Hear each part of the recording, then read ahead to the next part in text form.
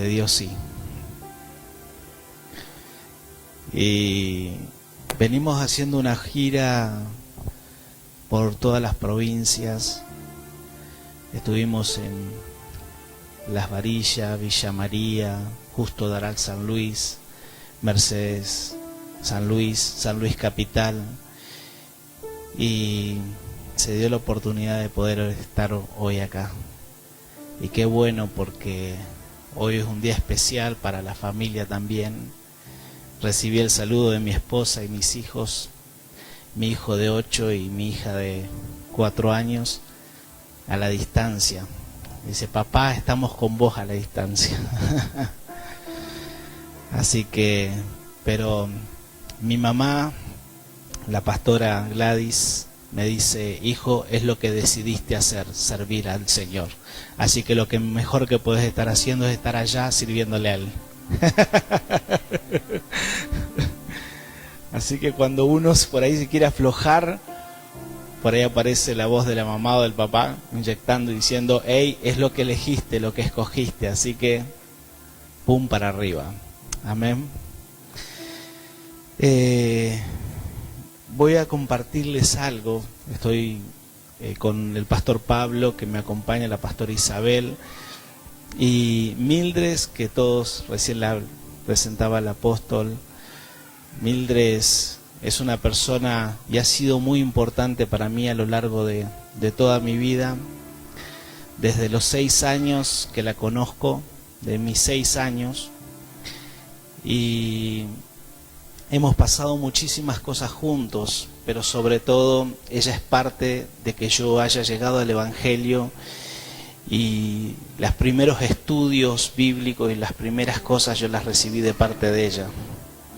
Así que ha sido siempre una bendición su vida para mí, cuando hemos empezado la obra en la ciudad, y ha estado ahí siempre a la par, viendo todo nuestro crecimiento junto con mi esposa, con mi familia, apoyándonos en todo. Así que para mí es una bendición poder estar compartiendo acá con ella también. Uno nunca debe olvidarse de la gente que fue parte de los sueños de uno. Y parte de nuestro ministerio y a lo largo de lo que hacemos, Dios me ha dado la gracia de escribir varios libros, entre ellos 31 libros, de los cuales 26 fueron publicados y están en 32 países, siendo usados como material discipulado. Y uno de ellos es este libro, que creo el apóstol lo tiene, Impregnados. Es un libro que se le obsequia a los pastores por miles y miles de libros les obsequiamos a los ministros. Le voy a comentar un poquito de mis libros, porque para que usted conozca un poquito nuestro ministerio, y aparte para que usted pueda adquirirlos allí al final, porque todo lo que uno puede dar en 1 hora o 2 es limitado, y entonces en los libros uno plasma sus pensamientos. Así que si hay algo que quisiera saber más de nosotros, puede leer nuestros libros. Cuando el cielo dice que sí, es un libro donde yo explico algunas cosas que la iglesia repite, pero que a veces no es tanto como la iglesia la repite. Por ejemplo, cuando el cielo dice que sí, una ruta hacia tus sueños, yo explico ahí que Dios no tiene la última palabra, como la gente dice. La gente dice: Dios tiene la última palabra. Si Dios tuviese la última palabra, ya tu familia estaría convertida, todo el mundo estaría en el cielo, y no es así. Quiere decir que Dios no tiene la última palabra. La última palabra la tiene usted y yo, y nosotros decidimos si se la damos a Dios o no. Es por eso que hay gente que uno dice: no, pero Dios tiene la última palabra, seguro va a salir adelante. Dios no toca la voluntad del hombre, nunca la ha tocado ni la va a tocar, porque Dios quiere adoración por decisión y no por imposición. Entonces Dios siempre te va a dejar la voluntad intacta para que decidas ser un verdadero adorador por decisión. Entonces la última palabra la tiene usted y la tengo yo. Y de nosotros depende si se la damos a Dios para que Él haga la obra o no. Desde el momento que nosotros le damos a Dios la última palabra, entonces Él sí tiene la última palabra. Amén. Otra de las cosas que explico, que la gente dice, es: uno propone y Dios es el que dispone si las cosas suceden. Y yo explico acá que es al revés. Dios te presenta un plan, te presenta un proyecto, un diseño para tu vida, y usted dispone si lo va a cumplir o no. Entonces, y lo más sorprendente de este libro es que nos empezaron a llegar mensajes de milagros, que gente que leía se sanaba de cánceres, de leucemia, de bulimia, de anorexia, de depresión, cosas que no fue la idea del libro, pero eso es lo que empezó a provocar en la gente que lo leía. Cuando el cielo dice sí. Otro de los libros que he presentado hace poquito en la Feria del Libro de San Salvador, yo escribo en 7 diarios seculares del país. Y tomé algunas de las frases y pensamientos que escribo y armé este libro que se llama Serenidad Intemporal. En la antigüedad había que tener mucho dinero para aislarse, y entonces la serenidad despertaba el pensamiento, pero en el mundo que vivimos el pensamiento despierta la serenidad y la activa. Entonces acá explico y doy algunas claves para la serenidad. Y este libro lo escribí con mi esposa, se llama Liberación Financiera, y acá explico por qué es bueno hacer las cadenas de 7 días y cuál es el mejor horario para que suceda tu milagro financiero, si a las 3, si a las 12, si a las 8, por qué y en qué horario es el mejor. Y más de 30 temas para liberar financieramente a tu casa, a tu vida, a tu empresa, a tu negocio. Más de 30 temas están acá. Y por otro lado hay otros libros como El Poder del Diezmo, El Poder de la Siembra y otros materiales que usted va a poder adquirir al final. Amén. Quiero compartirles en esta hora Mateo capítulo 8.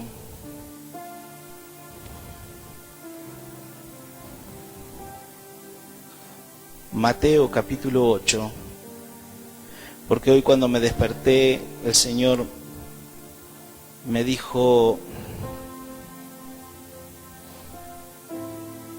Capernaum.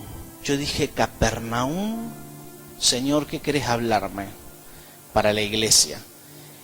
Y me venía Capernaum, Capernaum. Entonces yo dije: Señor, ¿qué es eso? Y entonces me puse a estudiar, y Capernaum significa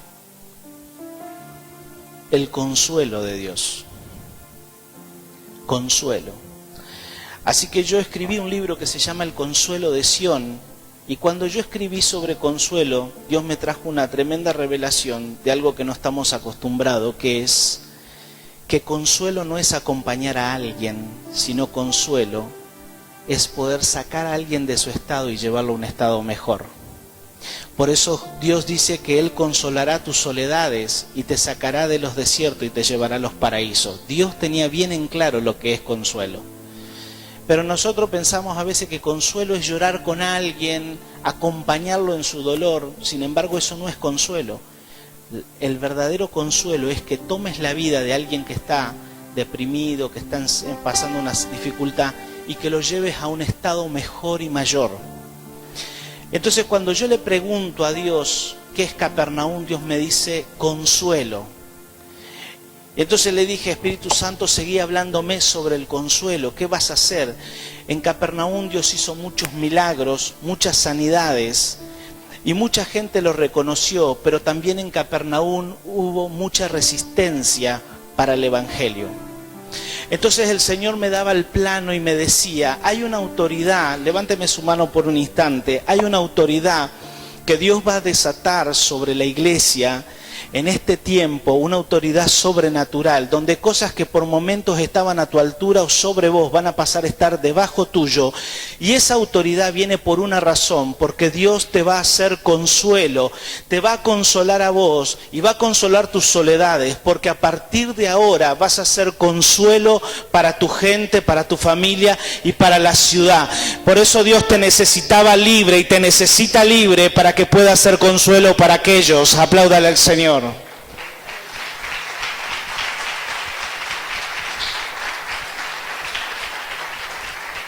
Hay una unción que Dios va a volcar en esta noche, una unción de autoridad, una unción para callar la murmuración que se ha levantado, una unción para callar la crítica que se ha levantado, y todo lo que se ha levantado contra la iglesia, Dios la va a callar a través del consuelo, porque el mal se vence con el amor, y Dios va a comenzar a cerrar la boca de los que se han creído leones para hablar y rugir en contra de la iglesia, pero Dios te da la unción y la gracia para que cierres esa boca con la autoridad y la unción que va a traer sobre tu vida.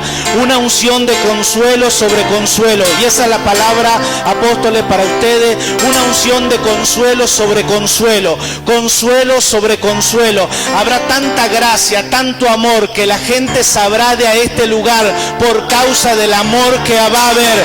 La gente vendrá destruida, la gente vendrá angustiada, la gente vendrá dolida, y los brazos estarán abiertos de la iglesia y podrán sentir un amor sincero que va a restaurar la casa, la familia, la finanza, porque será consuelo sobre consuelo.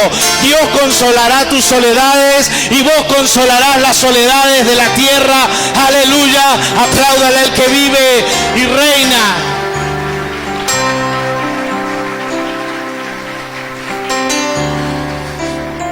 Yo, a medida que me muevo, hay un equipo de profetas que se mueve conmigo, y hay un equipo de profetas que vela por cada lugar, y en cada lugar donde nosotros vamos nos dicen qué se está moviendo, cómo se está moviendo, qué pasa, nos hablan acerca de los apóstoles, qué es lo que les revela Dios sobre los apóstoles, qué les revela sobre sus hijos, qué les revela sobre la iglesia.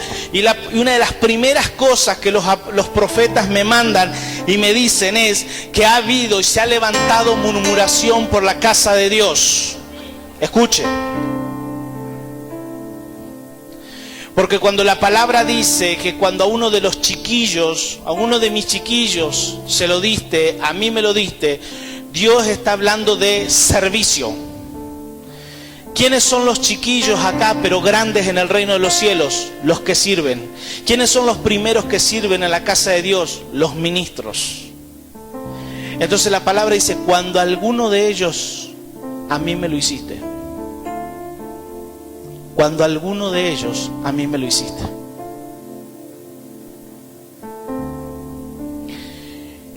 Segunda cosa que quiero decirte en esta noche es que viene una unción sobre la iglesia de sanidad y milagros por causa de tu fe. Por causa de tu fe.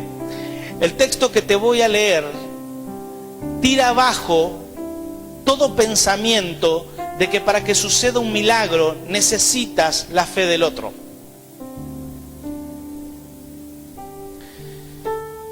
En ningún lado encontramos en la Biblia que Jesús preguntó cómo estaba el criado del centurión, si creía en él o no, si creía en Dios o no. Jesús no hizo el milagro por causa del criado, Jesús hizo el milagro por causa de alguien que creyó en él. Y hay algo que se va a desatar en esta noche sobre tu vida que va a ser por causa de tu fe, no por causa de la fe de los de tu casa. Dios en los próximos días va a comenzar a hacer cosas en tu casa y va a comenzar a hacer cosas en tu familia, va a comenzar a hacer cosas en tu barrio, no por la fe de ellos, sino por tu fe. Por eso Dios, por eso el enemigo, si usted me pregunta a mí, ¿qué es lo que Dios ha estado haciendo con esta casa? ¿Y qué es lo que Dios ha estado haciendo con tu vida hace unos días atrás y hace unos meses atrás? El enemigo lo que ha estado tratando es tirar tu fe abajo, porque sin fe es imposible que puedas mover el mundo espiritual. Entonces el enemigo te tira a matar, te busca desenfocar para que de esa manera no tengas la fe operativa que desata los milagros y para que se manifiesten en la tierra. Si usted dice, y lo que yo estuve pasando, lo que estuviste pasando fue un ataque para ser desenfocada. Un ataque para ser desenfocado. Pero decirle que está a tu lado, qué bueno que estás acá.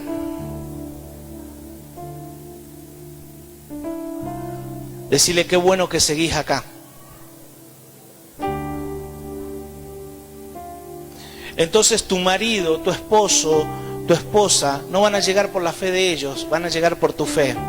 Por eso el enemigo no quiere que te afirmes, no quiere que te establezcas, no quiere que te desarrolles, porque tu fe, bajo esta palabra, puede desatar la credibilidad, el congregar y los milagros en aquellos que ni sabes si creen.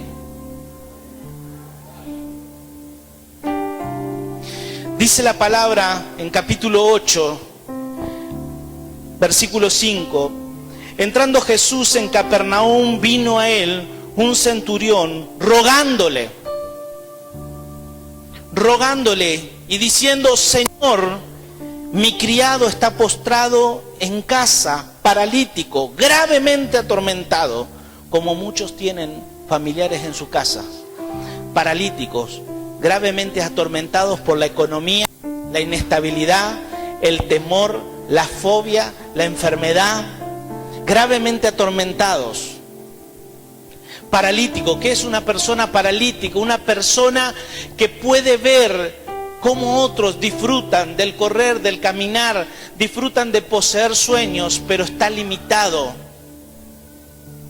Y así tenemos muchos en nuestras casas que están limitados. Y dice el centurión: mi criado está postrado, versículo 6, en casa, paralítico, gravemente atormentado. Y Jesús le dijo: yo iré y le sanaré. Versículo 8, respondió el centurión y dijo: Señor, no soy digno de que entres bajo mi techo, solamente di la palabra y mi criado sanará. Di la palabra y mi criado sanará. Versículo 9, porque también yo soy hombre bajo autoridad y tengo bajo mis órdenes soldados, y digo a este: ve y va, y al otro: ven y viene, y a mi siervo: haz esto, y lo hace. Al oírlo Jesús, dice, se maravilló y dijo a los que le seguían: de cierto os digo que ni aun en Israel he hallado tanta fe. Entonces, versículo 13 dice: entonces Jesús dijo al centurión: ve, y como creíste, te sea hecho. Y su criado fue sanado en aquella misma hora. Nunca supimos si el criado creyó o no. La Biblia ni siquiera le da importancia a eso. Si usted lee el mismo texto en Lucas capítulo 7, relatan un poco más acerca del contexto, donde este centurión envía 2 veces a buscar a Jesús. Y primero manda a los ancianos, y los ancianos le dicen: Jesús, es bueno que le hagas este milagro, porque este hombre nos ha construido el templo.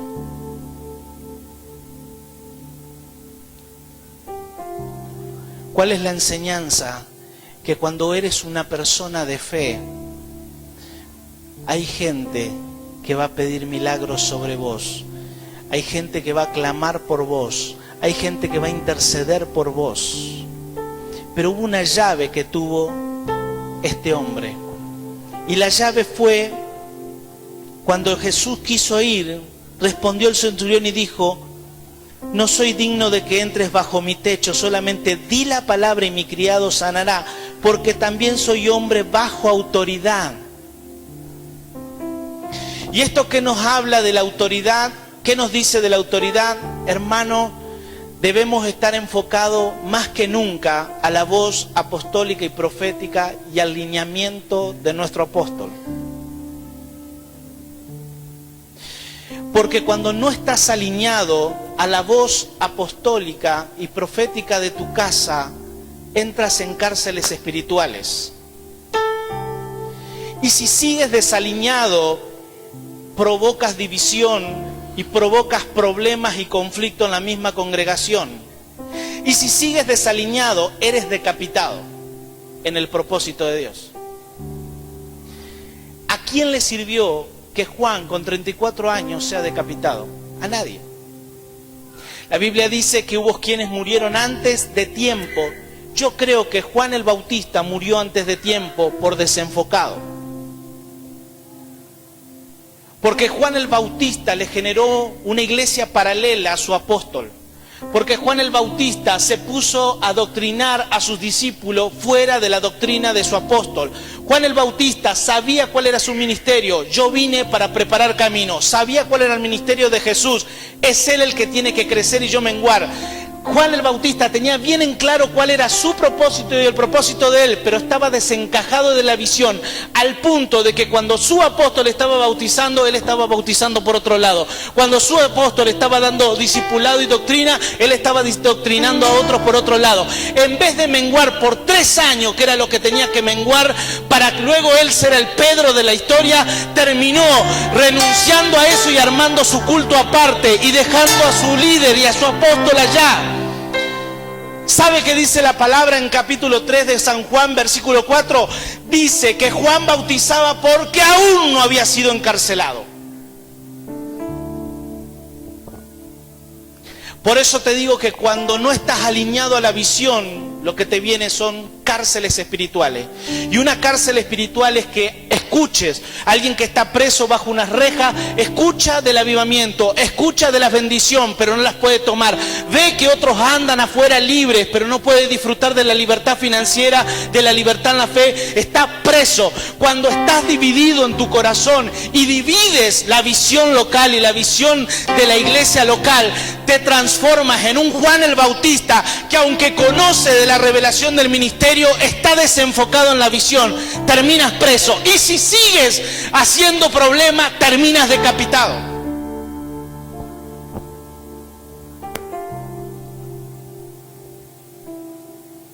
Decapitado en el propósito, es que tu propósito. Ahora, ¿quién lo sacó de escena a Juan el Bautista? Dios. Porque al que le molestaba era Dios.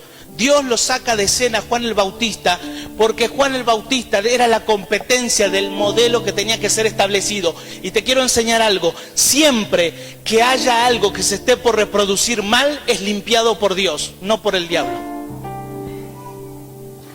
Por eso, cuando la tierra se iba a multiplicar en maldad, Dios mandó un diluvio. Cuando el pueblo iba a entrar perverso en una tierra prometida, esperó que muera toda una generación para que entre en puro. Porque Dios quiere que la que se reproduzca sea original, sea bueno, sea puro y sea bajo su diseño. Entonces no te limpia el diablo, Dios te limpia.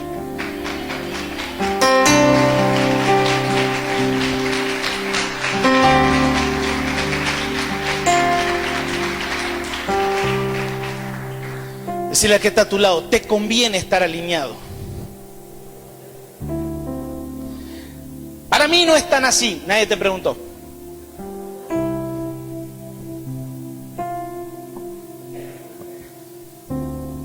Hay que estar alineado. Cuando estás alineado no te disipula ni la tele, ni la radio, ni lo que anden volando por ahí. Cuando estás alineado, la voz que escuchas y que reproduces es la de la voz apostólica que te abriga y te protege.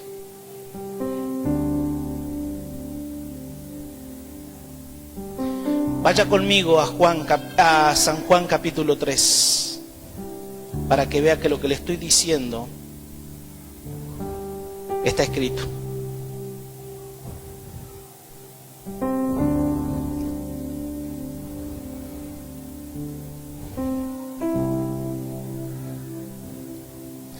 Después de esto vino Jesús. Yo creo que Jesús, cuando escribió esto, se agarraba la cabeza y decía: no, Juan no entendió nada.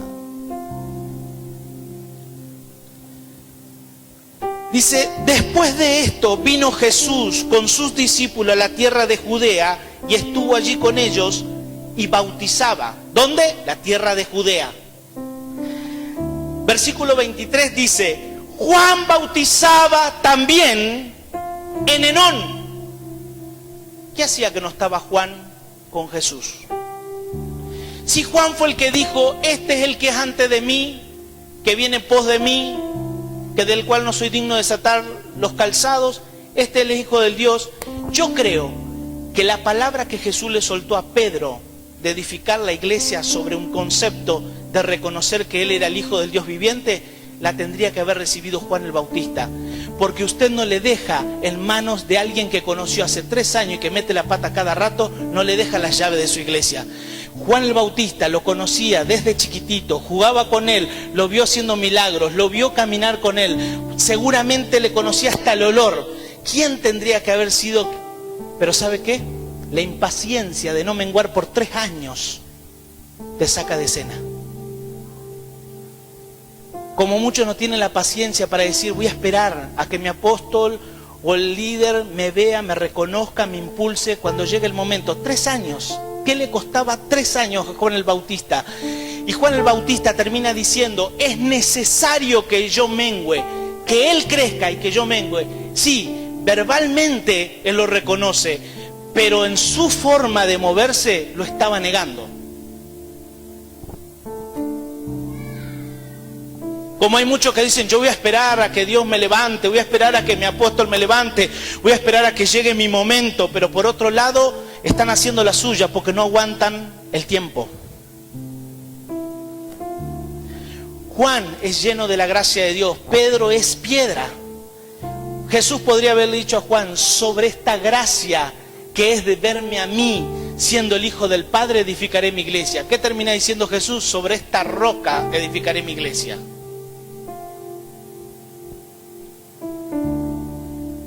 Tres años, 34 años, decapitado. ¿A quién le sirvió? Dice la palabra, ¿sabe cuál fue el error de Juan? Que Juan se contentó en ser amigo de Jesús, como hay muchos que se contentan en ser amigo del pastor y amigo del apóstol. Hermano, no te alcanza con ser conocido. No, pues yo lo conozco de hace muchos años. No alcanza. No, pero si yo no alcanza. Hay que seguir su voz. Hay que seguir su mensaje. Hay que seguir su lineamiento. Juan, ¿qué dice la palabra? Mi gozo es conocer al esposo, a quien tiene la esposa. Ese es mi gozo. Mi gozo es que lo conozco. Yo creo que Jesús se agarró la cabeza y dijo, papá, sí, sácalo de escena. Porque con alguien conocido no vamos a llegar a ningún lado. Con alguien que solo reconoce que eres parte de la familia no vamos a llegar a ningún lado. Con los que vamos a llegar a algún lado es con aquella gente que dice, ese es el que me va a abrir camino, porque ese es el hombre de Dios que Dios levantó, al que le dio la visión. En pos de ese vamos a caminar y en pos de ese vamos a hacer todas las proezas que Dios estableció para este tiempo. A ese seguiremos, a ese oiremos. Pero ¿qué le dijo Dios? ¿Qué dijo el pueblo a Josué? El pueblo le dijo a Josué, Josué, Moisés ha muerto. Nosotros te vamos a respetar, te vamos a seguir. Nosotros vamos a estar con vos. Solo te pedimos una cosa, que así como Dios estuvo con Moisés, esté contigo. Nosotros no tenemos problema en seguirte, reconocemos que eres el líder de este tiempo, reconocemos que Dios te puso sobre nosotros para bajar los diseños, para impactar esta tierra. Una cosa te vamos a pedir, que así como Dios estuvo con Moisés, esté contigo. Pero Moisés representa un tipo de liderazgo, Josué representa otro tipo de liderazgo. Porque Moisés tenía que ir tanteando lo sobrenatural para que sea certificado, aprobado por Dios. Josué fue una generación que Dios le dijo, donde tú decidas ir, yo estoy contigo.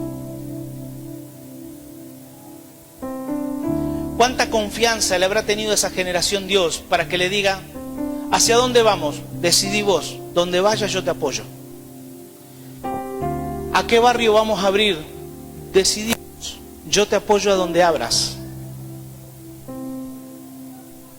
Sin embargo, Moisés es un tipo de liderazgo que tenía que dar un paso y ver a ver dónde andaba la nube. Otro paso y se encontraba con un mar. ¿Y ahora qué hacemos? Otro paso. Sin embargo, Josué era un liderazgo que era, él abría caminos y Dios lo respaldaba. Y es el tipo de liderazgo al que Dios te está llamando en esta noche. Pero ese liderazgo es liderazgo que soporta la prueba del tiempo. Liderazgo que se faja y está al lado de su mentor, de su maestro, de su apóstol, hasta que llegue su tiempo. No fue hasta que no murió que no hubo un recambio de autoridad. Ellos dijeron, Moisés murió, ok, nos encantó cómo nos guió hasta acá, todo muy bien. Ahora vos sos al que vamos a seguir. Eso mismo tendría que haber hecho Juan el Bautista. Muchachos, yo hasta acá los guié, hasta acá preparé el camino, ahora sigamos a este hombre. Él es al que hay que seguir. Sin embargo, versículos más adelante dice que hubo problemas, porque los mismos discípulos de Juan dijeron, hey, ¿y ahora qué hacemos? Porque aquel bautiza, aquel predica y enseña, aquel está ya discipulando gente y lo mejor es que la gente lo sigue. Y nosotros estamos con vos. ¿Qué hacemos? ¿Te escuchamos a vos o lo escuchamos a él? ¿A quién escuchamos? O sea que trajo confusión porque no puede haber dos visiones. Tiene que haber una visión y todos los demás unidos para reafirmar y consolidar lo que Dios le ha dado a un hombre.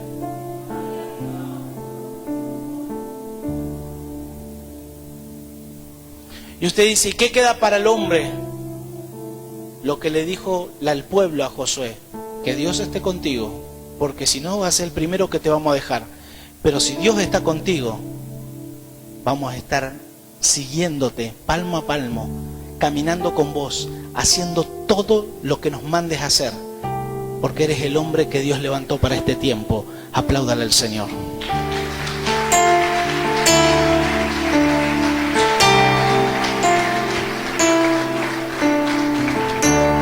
Dice la palabra, versículo 23, Juan bautizaba también en Enón, junto a Salim, porque había allí muchas aguas y venían y eran bautizados.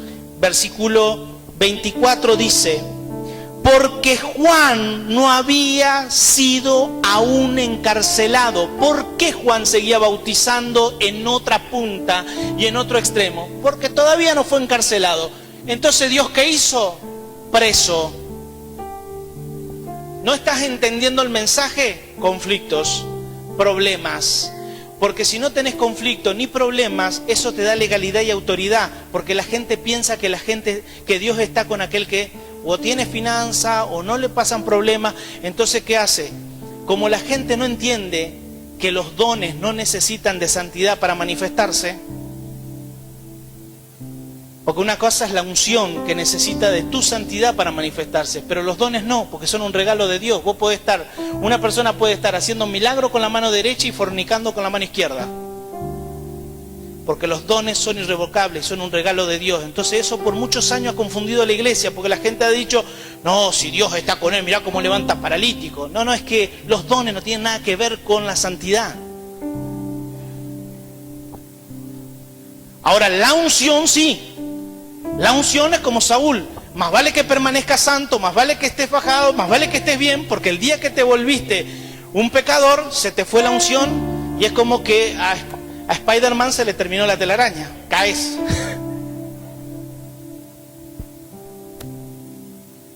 Entonces la gente quedó confundida, no, porque el hombre, no, si todos están con él, y el hombre hacía cualquier cosa, no, pero si Dios lo usa, no, es que Dios lo puede usar igual, porque es don.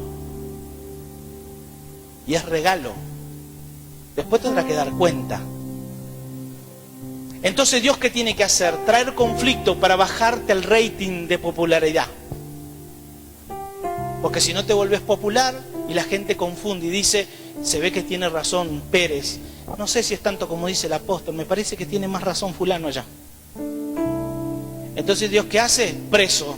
Porque Dios no necesita a alguien que divida, Dios necesita a alguien que fortalezca, dignifique y establezca.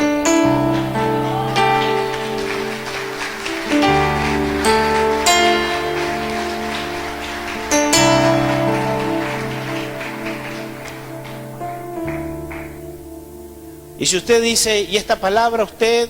¿Por qué mira, hermano, esta palabra Dios me la dio para que todos los años Dios me da una palabra para que yo comparta por primera vez donde yo me mueva? Así que tranquilo, no es copyright de usted. Esta palabra yo la doy a los lugares que voy por primera vez en este 2018.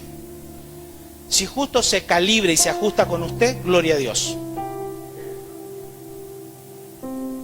Yo muy poco conozco de acá, de la iglesia, y no los conozco, los estoy conociendo recién a los apóstoles.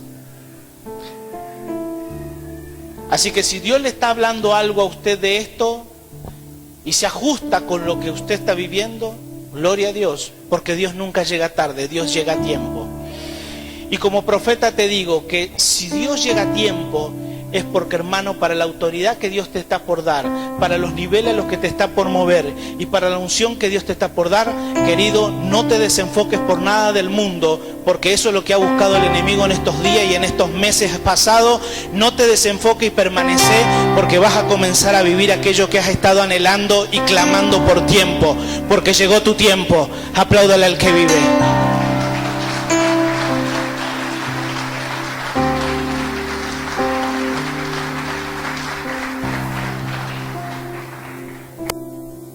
Versículo 25 dice, entonces, ¿qué pasa cuando hay dos visiones? Cuando uno anda con una cosa y otra cosa. Versículo 25.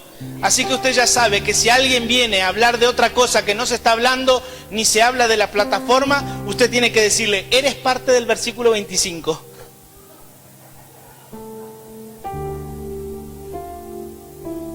Ya Dios nos habló de vos, hermano. Eres parte del versículo 25. Así que dice, predicás otra cosa, no lo que mi apóstol habla. Yo un día le dije a una hermana, ¿usted de dónde sacó eso que está hablando? Si yo nunca hablé de eso, ni tampoco usted sabe mi opinión acerca de ese tema, ¿cómo usted se pone a aconsejar y a hablar de algo que a mí no me escuchó hablar? No, lo que pasa es que yo escuché y vi. No, que usted no tiene que escuchar ni ver nada. Usted acá, esto es vertical, acá no es horizontal, ni es populismo, ni acá es socialismo, acá es vertical la cosa. Dios, así que yo soy el hombre de Dios, el intermediario entre el cielo y la tierra para casarte. Amén, sí, apóstol. Yo soy el intermediario de Dios, por eso vení para que te bautice. Sí, amén, gloria a Dios. Yo soy el intermediario de Dios cuando andas con problemas de salud. Yo soy el intermediario de Dios, por eso venía que yo ore por vos. Sí, gloria a Dios. Y los diezmos y la ofrenda, no, eso yo arreglo con Él nomás. Un corazón. O sea que para todos soy tu apóstol, pero a la hora del diezmo y la ofrenda voy a arreglar con Él nomás.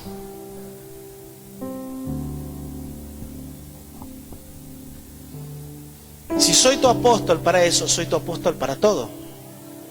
Así le digo a mi gente.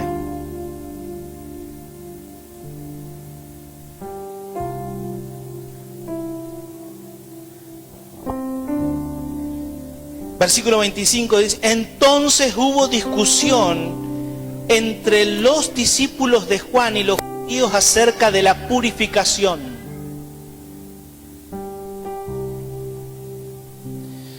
Yo no sé si es tanto que el diezmo de ahora, de antes, después. Mire, el diezmo aparece con Abraham, lo afirma Moisés, lo consolida Malaquías.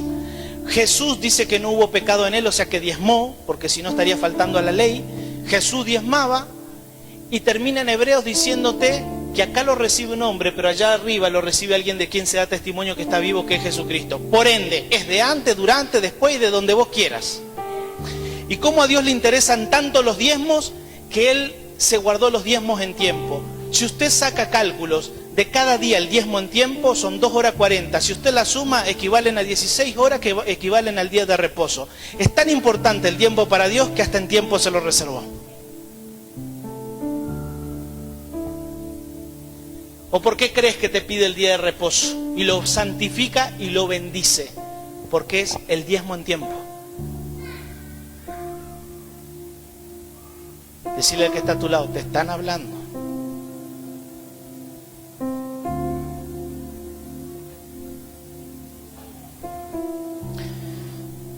Y ahí se pusieron a discutir sobre la purificación, quién era puro, quién era impuro, a ver cómo, si tenían que ayunar y comer langosta o tenían que comerse unos asados como se comían los discípulos de Jesús, o si tenían que comer como los discípulos de Juan.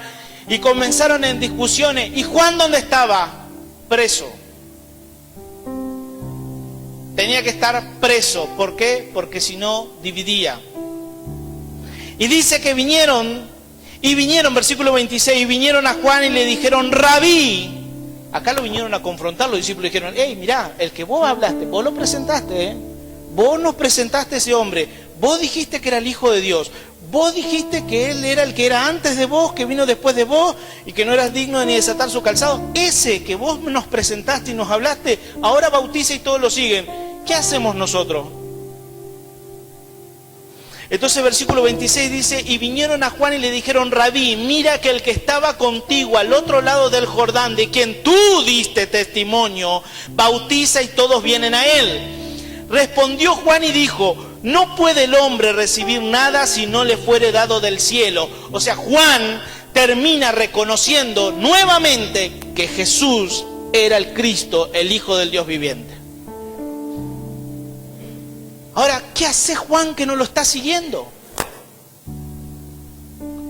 Entonces dice ahí, versículo 28, vosotros mismos me sois testigo de que dije, no soy el Cristo, sino que soy enviado delante de él. Versículo 29, el que tiene la esposa, ¿la esposa cuál es? La iglesia. Fíjese lo que dice Juan acá, que fue el sello. El que tiene la esposa es el esposo, la esposa, la iglesia, el esposo, Jesús. El que tiene la esposa es el esposo, más el amigo del esposo, yo. Juan decía, la esposa, la iglesia, Jesús el esposo, el amigo del esposo, yo. Más el amigo del esposo que está a su lado, o sea que lo seguía de cerca Juan a Jesús, que está a su lado y le oye, o sea que Juan escuchaba los mensajes de Jesús, era amigo, le seguía de cerca y le oye, se goza grandemente de la voz del esposo, así pues, mi gozo está cumplido. Listo, papá, llévatelo nomás.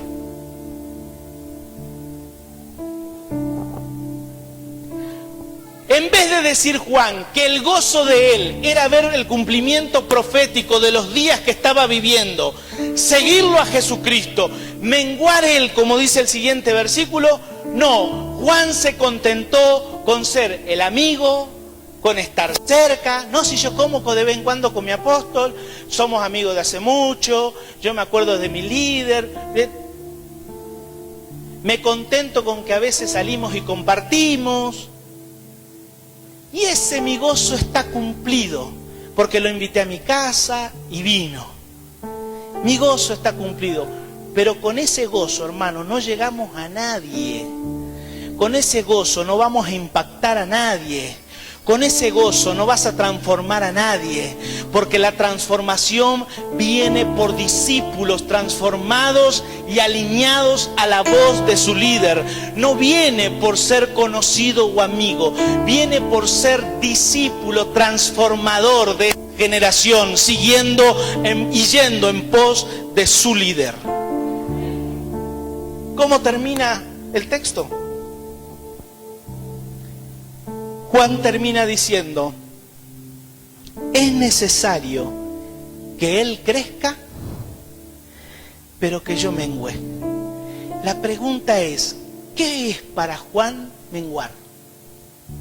Porque evidentemente no entendía qué era menguar.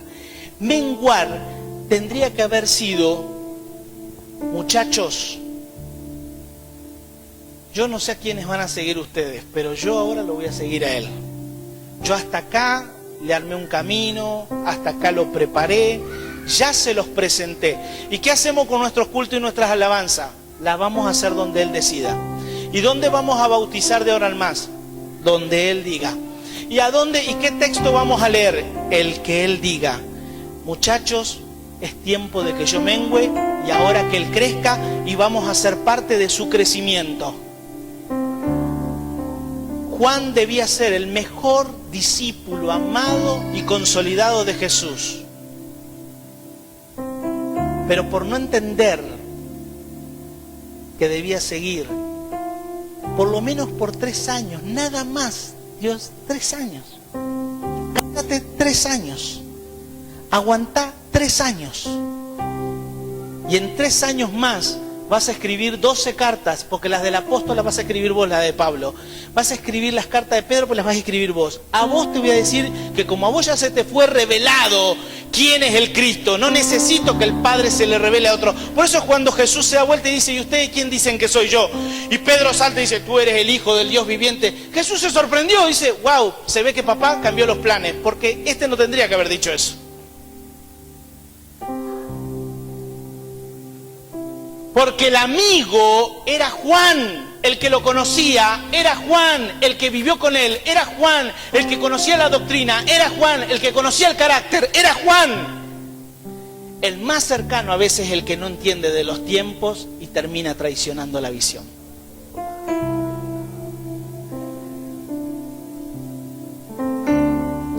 Dice, ¿cómo puede ser? Ahora estuve ministrando en San Luis hoy a la mañana. El pastor me dijo, 18 años una profeta con nosotros, de un día para el otro, ni siquiera me avisó, se paró arriba del púlpito y dijo, yo no vengo más a esta iglesia. O sea, si nos regimos como estos, tendría que haber desaparecido la profeta. De 18 años al lado de alguien. O vos fuiste una carnal que durante 18 años no te diste cuenta de los errores del tipo, no te diste cuenta y pues 18, o quizás sos carnal que no te das cuenta que está viviendo en otro tiempo ese hombre y que vos tenés que renovarte para poder caminar al lado de él.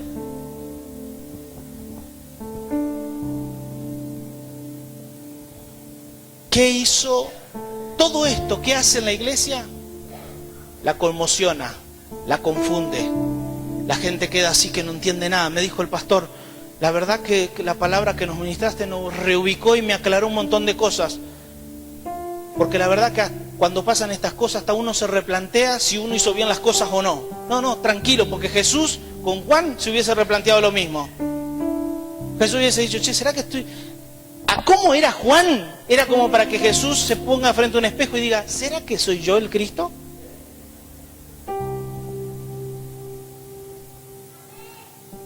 Tiene que haber, con un amigo así, con un discípulo así, tendría que haber dicho Jesús, ¿será que soy yo?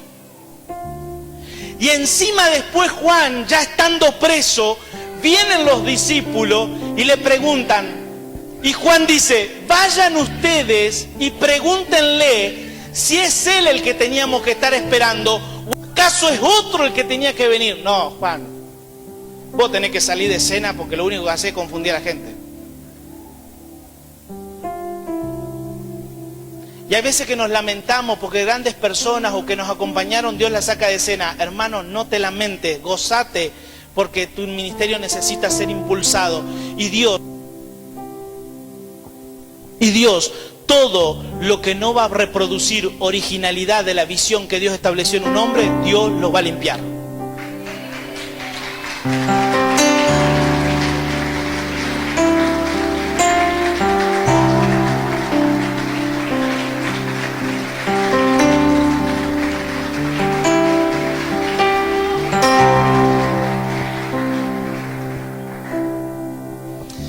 Yo nunca entendí eso que me decían una vuelta, no importa que se vaya uno, van a venir 10 mejores. A mí me causaba un dolor porque yo decía, ¿para qué quiero 10 mejores? Yo quiero que este quede al lado. Y una pastora decía, no importa, por cada uno que se vaya van a venir 10. Hasta que un día yo dije, esas palabras no pueden ser inocentes por lo que me provocan a mí. Algo hay en esas palabras. Y un día el Espíritu me trajo luz y me dijo, es así. ¿Cómo que es así? Si el que se va quitado por Satanás no te reproduce avivamiento en la iglesia, es pensar y dejar evidencia que Satanás es más fuerte que Dios. Entonces Dios te duplica y te trae el liderazgo fuerte y consolidado para demostrar que con Dios nunca vas a perder, con Dios siempre vas a ganar.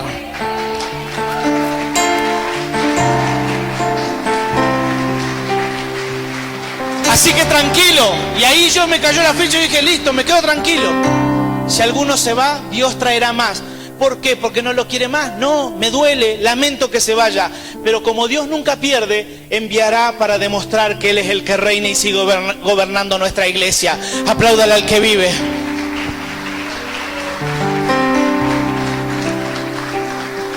Póngase de pie.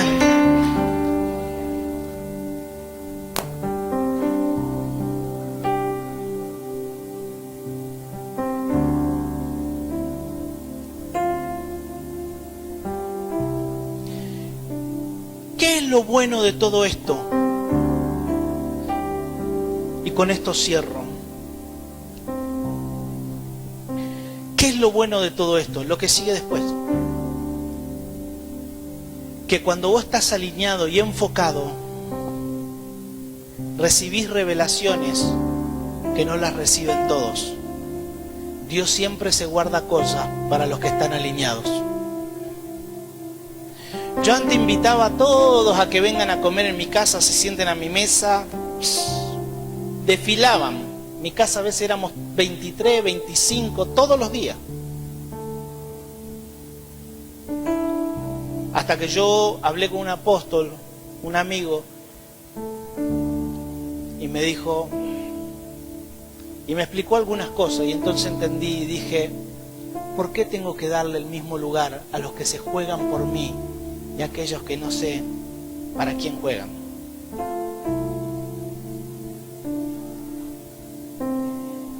Me dijo uno, ¿no es hacer acepción de persona? Acepción de persona es cuando vos no le das la posibilidad a todos.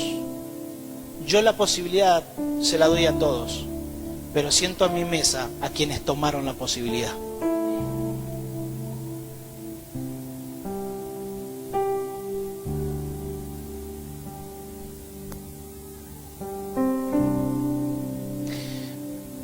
Hay cosas que Dios guarda para los íntimos. Jesús tenía sus íntimos.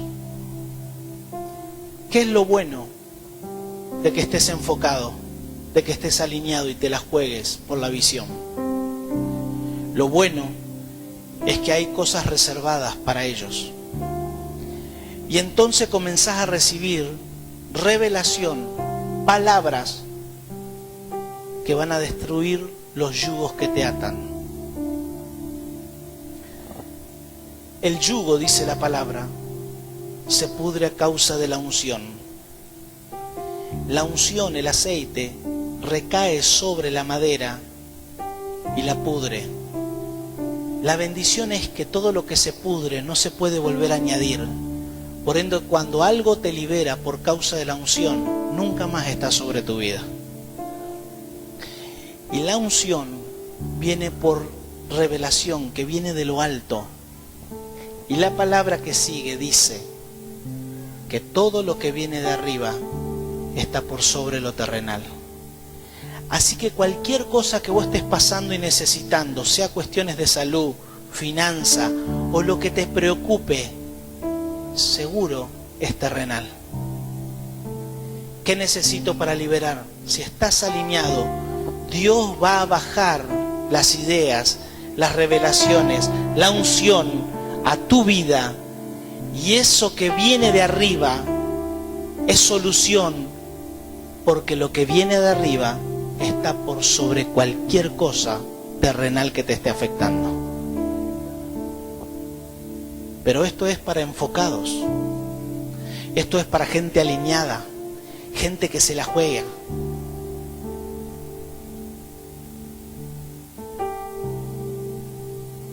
Me dijo uno, maldito el hombre que confía en el hombre. Está bien, no confíes en nadie, pero no habla por género hombre, habla por todo, así que no confíes ni en tu mujer. O decidí confiar. Yo decido confiar, ¿sabes por qué? Porque la Biblia, ¿quién se la va a jugar por un amigo? ¿Vos te la jugarías por alguien que dudás, que desconfías? No. Y la Biblia dice que el verdadero amigo es aquel que da la vida por sus amigos. ¿Sabés quién es el primero que confió en vos y en mí? Se llama Jesucristo. Él fue el primero que confió en vos y en mí. Y no podés amar con desconfianza. Cuando se ama, se cree. Cuando se ama, hay confianza. Y cuando se ama, te la jugás por el otro. ¿Qué hay con amar a tu líder? ¿Qué hay con amar a tu apóstol? Yo lo honro a mi apóstol de pie a cabeza. Él pasa por la avenida principal, se compra todo lo mejor y el lunes yo voy y pago todo lo que él se compró. Yo cuando salgo por ahí, en el primero que pienso para traerle obsequio es a él.